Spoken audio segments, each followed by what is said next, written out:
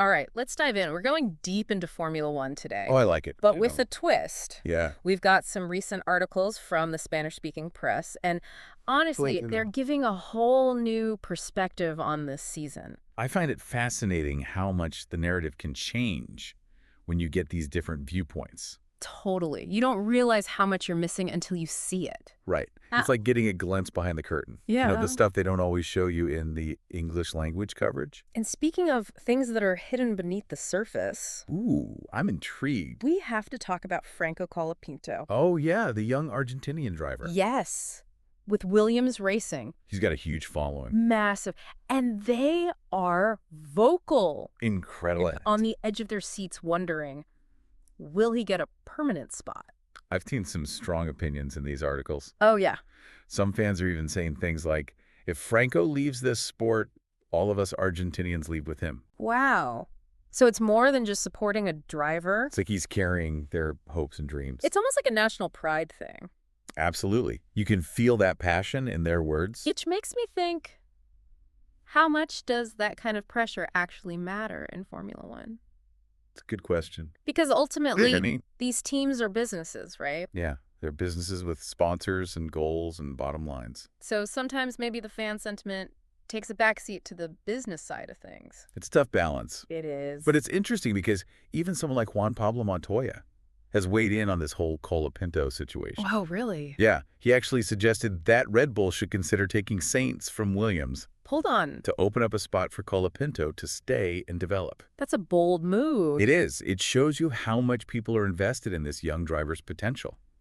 And it also highlights how Formula One is more than just what happens on the track. Oh, absolutely. It's all this behind-the-scenes maneuvering. Driver swaps, yeah. Contract negotiations. It's like a whole other game. And it can be just as impactful as a race win. Totally agree. Speaking of impact, we can't forget about the driver relationships that seem to be shifting. Sure. After some pretty intense on-track moments this season. Lando Norris and Max Verstappen? They used to be friendly. Right. Off the track, at least. Yeah, but those days seem long gone. These articles really highlight those incidents in Austria and Mexico. Where Norris was forced out and then Verstappen got penalized.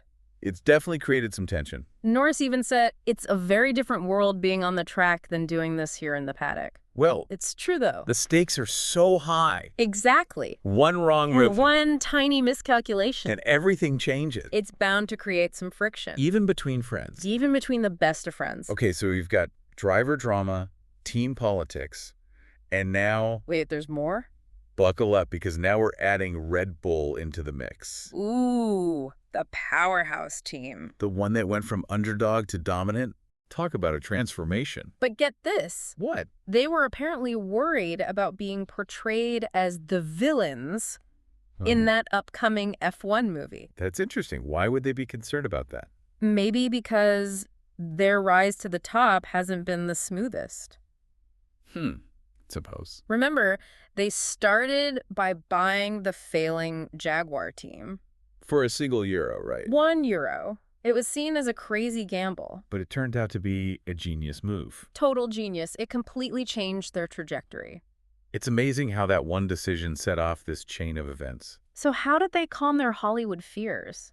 Well, it seems that Jerry Bruckheimer, the co-producer, he stepped in and reassured them that all the teams are on board with the movie. Okay, so a little pep talk from Hollywood. Little reassurance. But it makes you wonder, why were they so worried in the first place? Maybe they're more image conscious than we realize. It's possible. They understand that perception matters. It all ties back to that business side of things. Exactly. Okay, so we've got this team that's image conscious. Right. But they're also facing a new challenge. What's that? Checo Perez's performance struggles. Oh, yeah. And this is where things get really interesting. How so? Because the articles are saying there's potentially $80 million at stake. Whoa. That's a lot of money. Lost championship earnings, potential contract buyouts. Makes sense. And the cost of finding a replacement driver. That's a lot to think about. And it brings us right back to Franco Colapinto. Are you suggesting?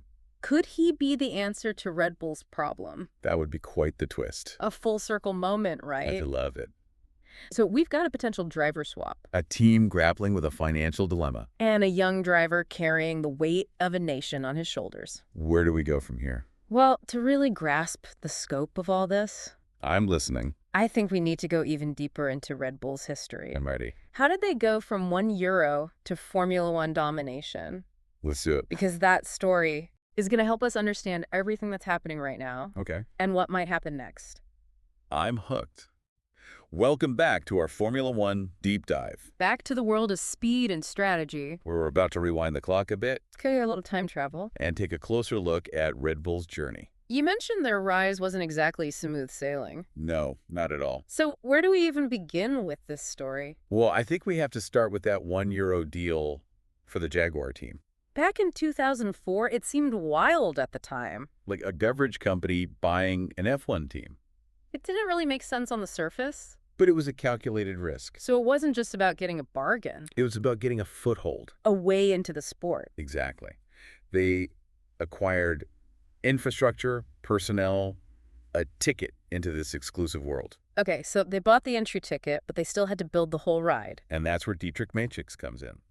The head of Red Bull. Yeah, he had this vision. A winning vision. And he wasn't afraid to make bold decisions. Like that speech to the Jaguar staff.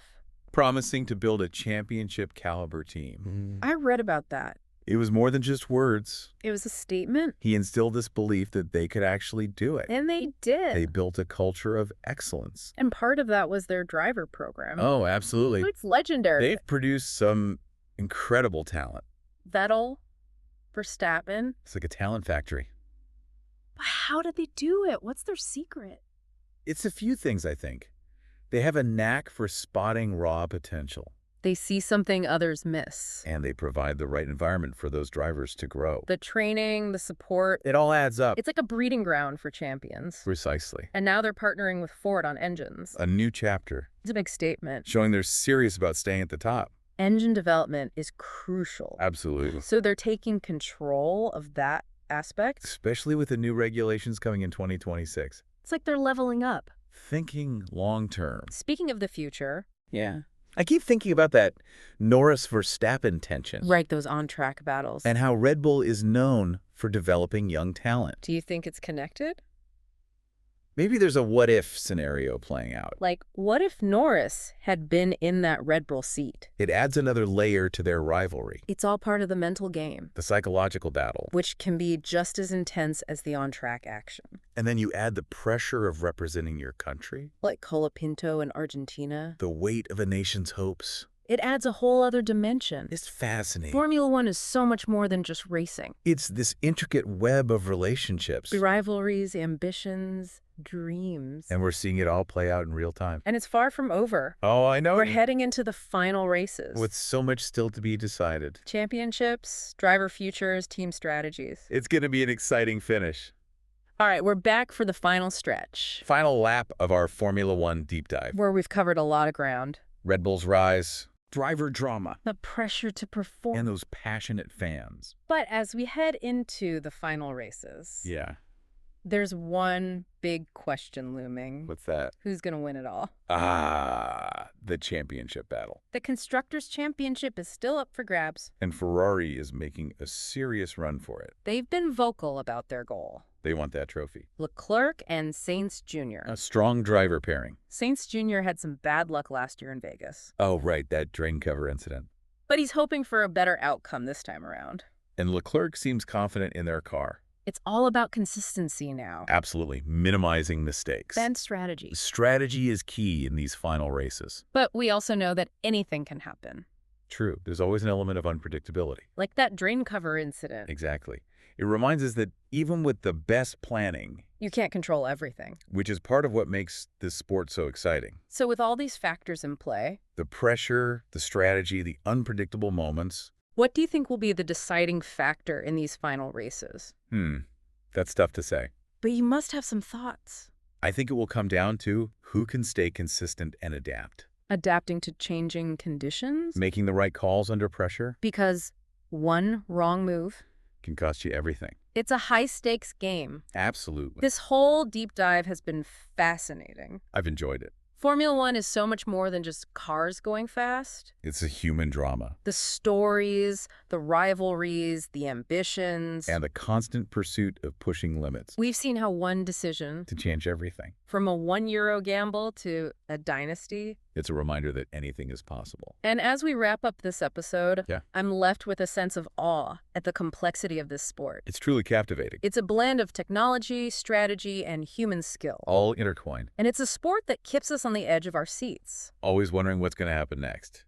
So to everyone listening, Keep exploring, keep learning. and keep your eyes on the track. Because the future of Formula One is wide open. This has been another incredible deep dive. It's been a pleasure. Thanks for joining us. And until next time, keep the passion for racing alive.